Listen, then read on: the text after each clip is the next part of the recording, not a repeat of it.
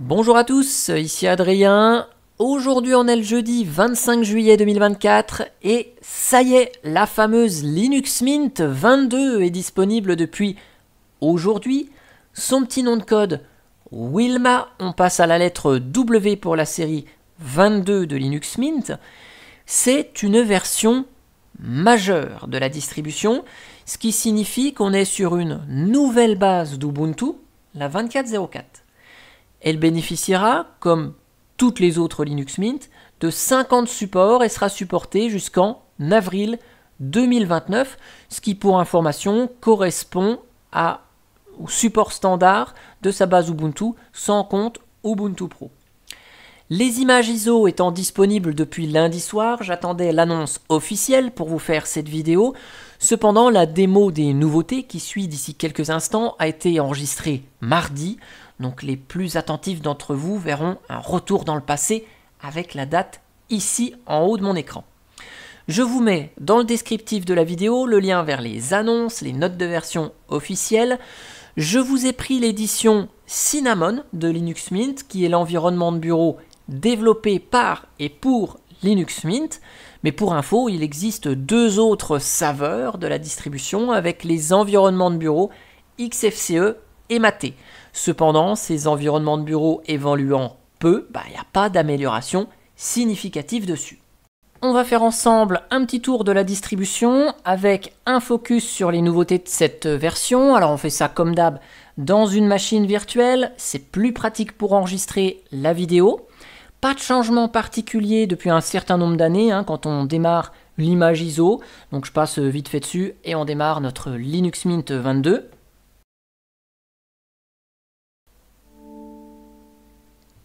Il en est de même pour l'outil d'installation de la distribution qui n'a pas changé, ça fonctionne depuis des années. Alors pourquoi changer un truc qui marche?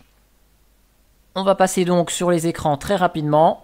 Première étape, on choisit la langue d'installation du système. On choisit la disposition du clavier, French. On a la possibilité, si on le souhaite, d'installer les codecs multimédia qui vont nous permettre de lire tout type de vidéos, de format audio sans se prendre la tête. Et on arrive à l'étape du partitionnement. Par défaut, on efface tout le disque et on installe Linux Mint.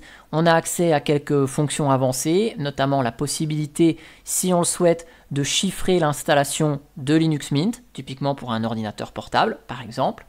Si vous avez un autre système à côté, il vous proposera d'installer Linux Mint à côté de Windows ou d'une autre distribution Linux. Et on a toujours le choix du partitionnement manuel. On lance l'installation ici. On a la confirmation qui nous est demandée. Et l'installation, elle est partie. Il nous reste quelques paramétrages à définir comme notre fuseau horaire. Donc ici, Paris. On va donner notre nom. On peut donner un nom à la machine ici. Et on crée un utilisateur qu'on va utiliser pour pouvoir se connecter au système. On a la possibilité d'ouvrir la session toujours automatiquement ou par défaut, on va garder ce choix-là de demander un mot de passe pour ouvrir la session. Et moi, je vous accélère l'installation puisqu'il n'y a rien de passionnant à cette étape-là. Hop, et l'installation est terminée. Donc, on va redémarrer maintenant le système. Lorsque Linux Mint est installée toute seule sur la machine, on n'a pas le menu grub qui s'affiche, qui nous propose de sélectionner un autre système. Si on a Windows ou une autre distribution Linux, il vous donnera le choix évidemment de démarrer sur l'autre système. Sur l'écran de connexion, pas de changement non plus. Il est toujours possible de tester de manière expérimentale Cinnamon sur Wayland. Si vous ne voulez pas participer au test, restez sur Cinnamon, ce sera prêt pour Linux Mint 23 en 2026. Une fois connecté, on a toujours le petit écran de bienvenue qui va nous accueillir.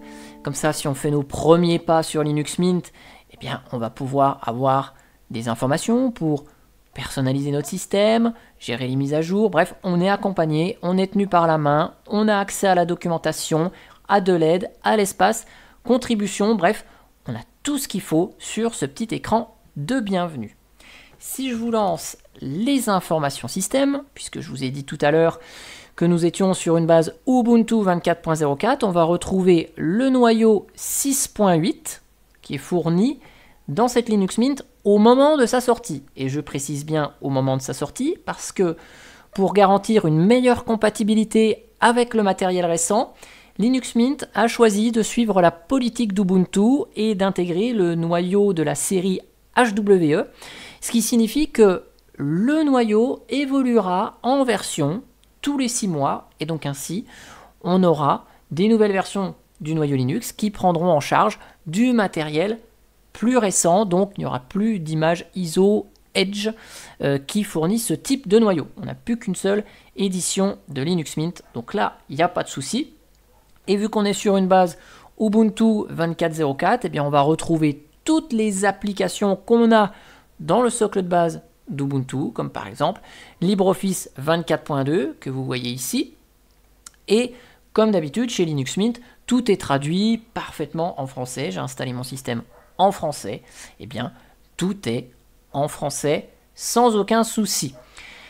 Concernant les logiciels, Linux Mint ne fournit pas de snap par défaut. Si je vous fais un petit snap list, on n'a pas de snap qui sont fournis là par défaut. De fait, Firefox et Thunderbird, qui sont livrés et installés par défaut dans cette Linux Mint, sont en fait des versions qui sont disponibles dans les dépôts de Linux Mint directement.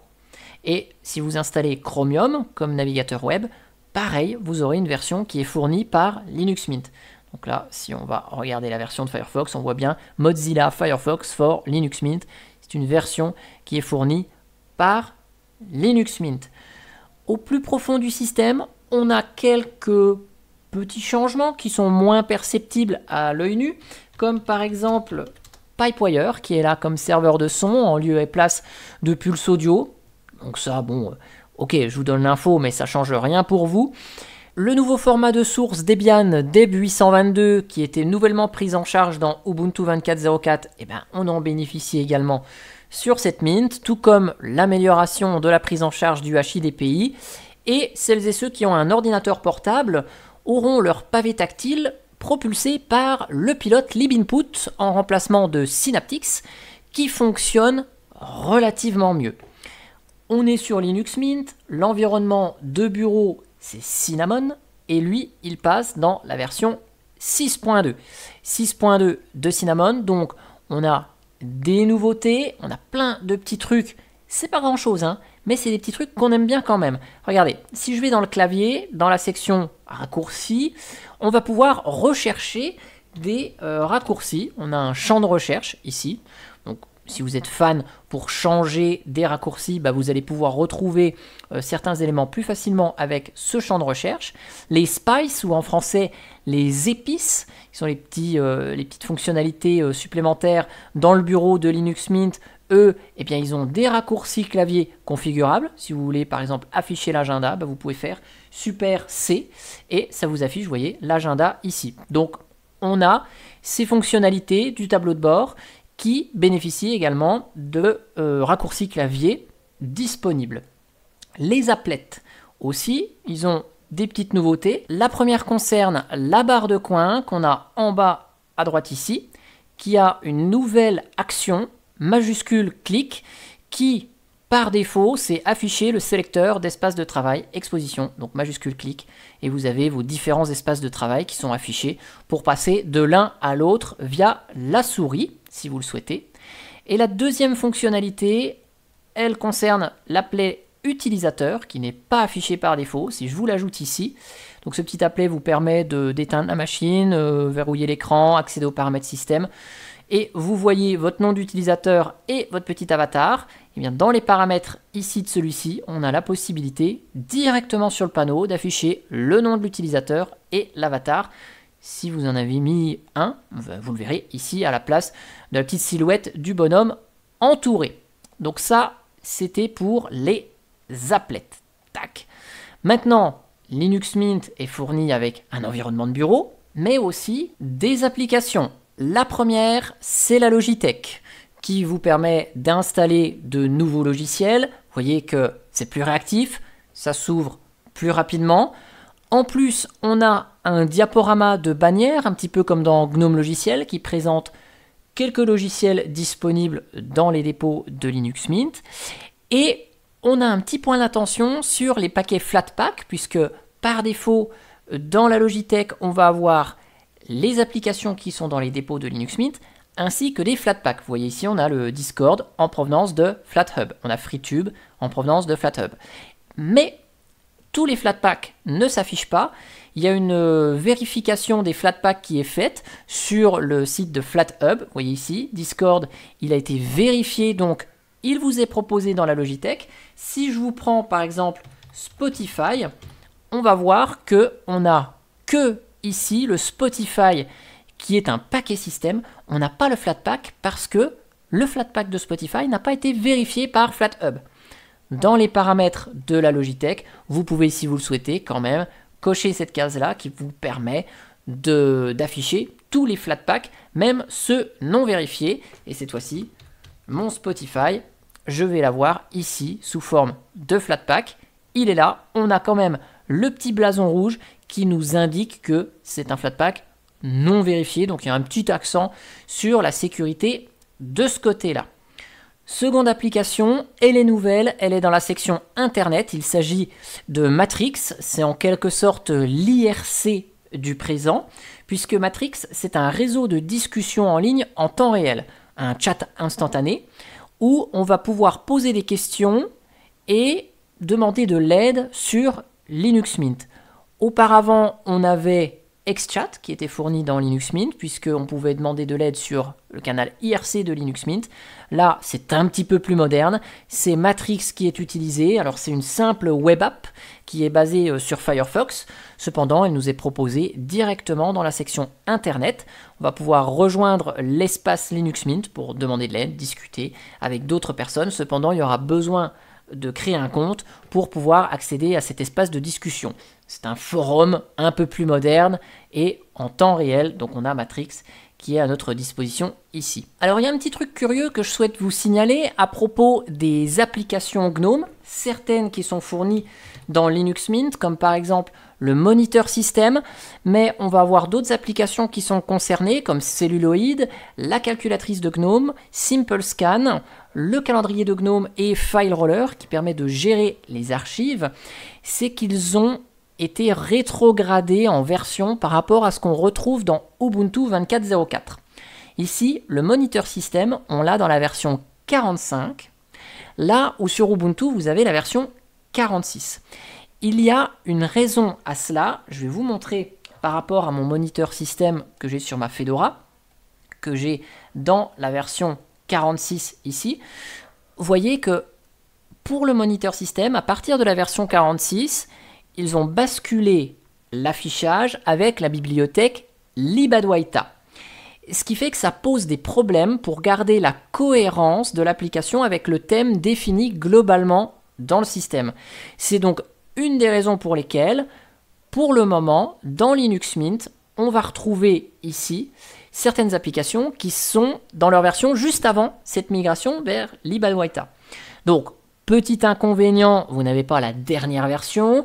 Par conséquent, il va vous manquer peut-être certaines fonctionnalités. Vous voyez qu'on n'a pas le graphique des écritures et des lectures du disque dans cette version. Mais l'idée qui se cache derrière, c'est de garder une cohérence des applications au sein du système. C'est pour ça que Linux Mint a fait ce choix-là, peut-être pour se laisser le temps de travailler sur l'intégration de leur thème pour les applications GTK4.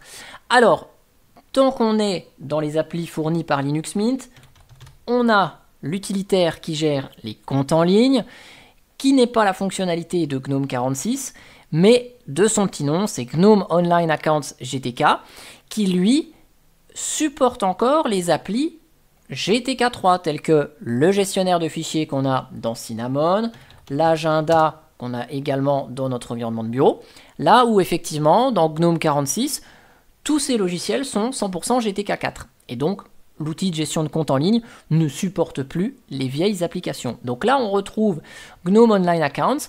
Je vous fais une petite démo. en me connectant mon compte Google. D'ailleurs, vous voyez à quoi ressemble ici une fenêtre GTK 4 avec l'Ibadwaita. Vous voyez que le thème n'est pas respecté, les boutons ne sont pas respectés. Et là, je vais donc me connecter avec mon compte de démo pour vous montrer à quoi ça ressemble. Hop, tac. Plus tard, j'accepte. Je partage avec Gnome. Et donc, à partir de là, j'ai plus besoin de mon navigateur. Et vous voyez que dans mon système, je vais pouvoir avoir une interaction avec ma boîte mail Google, mon agenda Google, mes contacts Google, mes fichiers que j'ai sur mon Drive. Et donc là, ici, je retrouve dans mon gestionnaire de fichiers mon Google Drive ici, My Drive, photos, voilà, j'avais fait des tests à une époque. Donc je retrouve les images qui doivent être les fonds d'écran de Ubuntu 23.10 sur mon Drive. Je les ai ici, nickel. Et vous avez vu, l'agenda a directement mon rendez-vous ici en date d'hier qui s'est ajouté dedans. Donc vous voyez, c'est assez sympa cette intégration des comptes en ligne et c'est possible avec GNOME Online Accounts GTK et non pas la fonctionnalité de GNOME 46. On a également une petite nouveauté pour Xed, l'éditeur de texte qui est présent ici par défaut. Si vous écrivez des trucs, donc c'est pas Gedit, hein, l'éditeur de texte, c'est Xed. Vous écrivez des choses, dans l'édition vous avez une fonctionnalité dupliquer qui vous permet de dupliquer le texte ici que vous avez sélectionné. Ok. Et vu qu'on a une notion d'onglet dans cet éditeur de texte, si je ferme ici le dernier onglet, l'appli elle reste ouverte. Donc là, il y a une option dans les préférences, tout en bas, qui vous permet de fermer la fenêtre de l'application quand on ferme le dernier onglet. Et donc à partir de là, je ferme le dernier onglet, pouf, l'appli elle disparaît. C'est dans les notes de version, je vous en parle. 3 petits trucs sur 3 applications. On a Notes, l'outil qui vous sert à afficher des notes. Par défaut, les notes, elles s'affichent en haut à gauche. Si vous préférez les avoir toujours en haut à droite, eh bien dans les paramétrages de l'appli, vous avez une fonction ici, dans Notes, qui vous permet de choisir la position par défaut des nouvelles notes. Par défaut, c'est en haut à gauche. Si vous les voulez en haut à droite, eh bien vous pouvez les positionner par défaut en haut à droite. Ça, c'est une petite nouveauté pour l'outil de notes. Timeshift ici, qui est l'outil qui vous permet de faire des instantanés de votre système, va vous avertir lorsque vous avez plein d'instantanés, que vous souhaitez en supprimer un. Il va vous demander une confirmation avant la suppression d'un instantané. Donc là, il n'y a rien sur ce système, je ne peux pas vous montrer, mais en tout cas, vous avez une question qui vous est formulée et vous devez valider avant de supprimer un instantané. Et par contre, c'est dommage, il y a une fonctionnalité qui est supprimée dans cette Linux Mint 22, c'est l'outil Redshift qui vous permet d'activer le mode nuit, d'enlever un petit peu la lumière bleue des écrans le soir, qui donc vous jaunit l'écran et vous permet de reposer les yeux.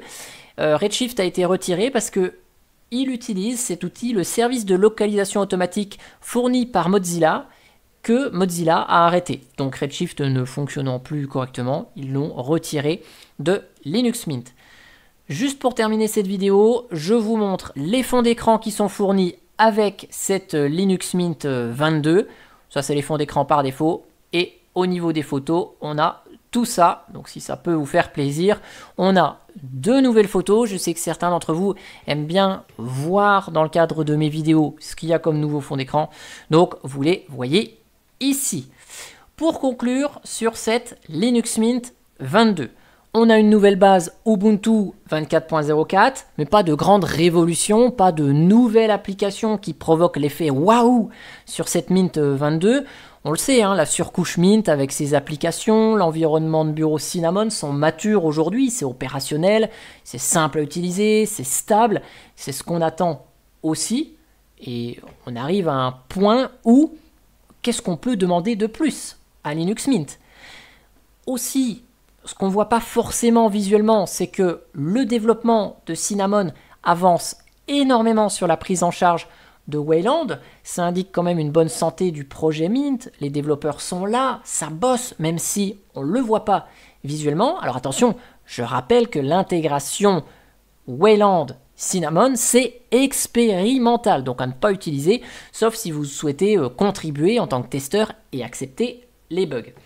Certains d'entre vous ont remarqué dans la version bêta que des applications GNOME sont rétrogradées, on en a parlé, alors c'est quand même pour la bonne cause, c'est pour garder la cohérence globale du thème qu'on va définir dans les paramétrages ici de notre système, et éviter d'avoir des applications qui sont un peu pas visuellement avec le même aspect. Donc moi je trouve que c'est quand même un point positif de garder une cohérence de l'affichage, et dans le cas du moniteur système de GNOME, on passe quand même de la version 42 à 45. Certes, c'est pas la version 46, mais on monte quand même en version. C'est juste que c'est rétrogradé par rapport à ce qu'on a dans Ubuntu 24.04. Cependant, on peut quand même noter quelques fonctionnalités en moins, comme le mode nuit, parce que il n'y a pas d'alternative dans Cinnamon à ce jour, ni dans Mate, ni dans XFCE, qui sont les deux autres environnements de bureau proposés avec Linux Mint.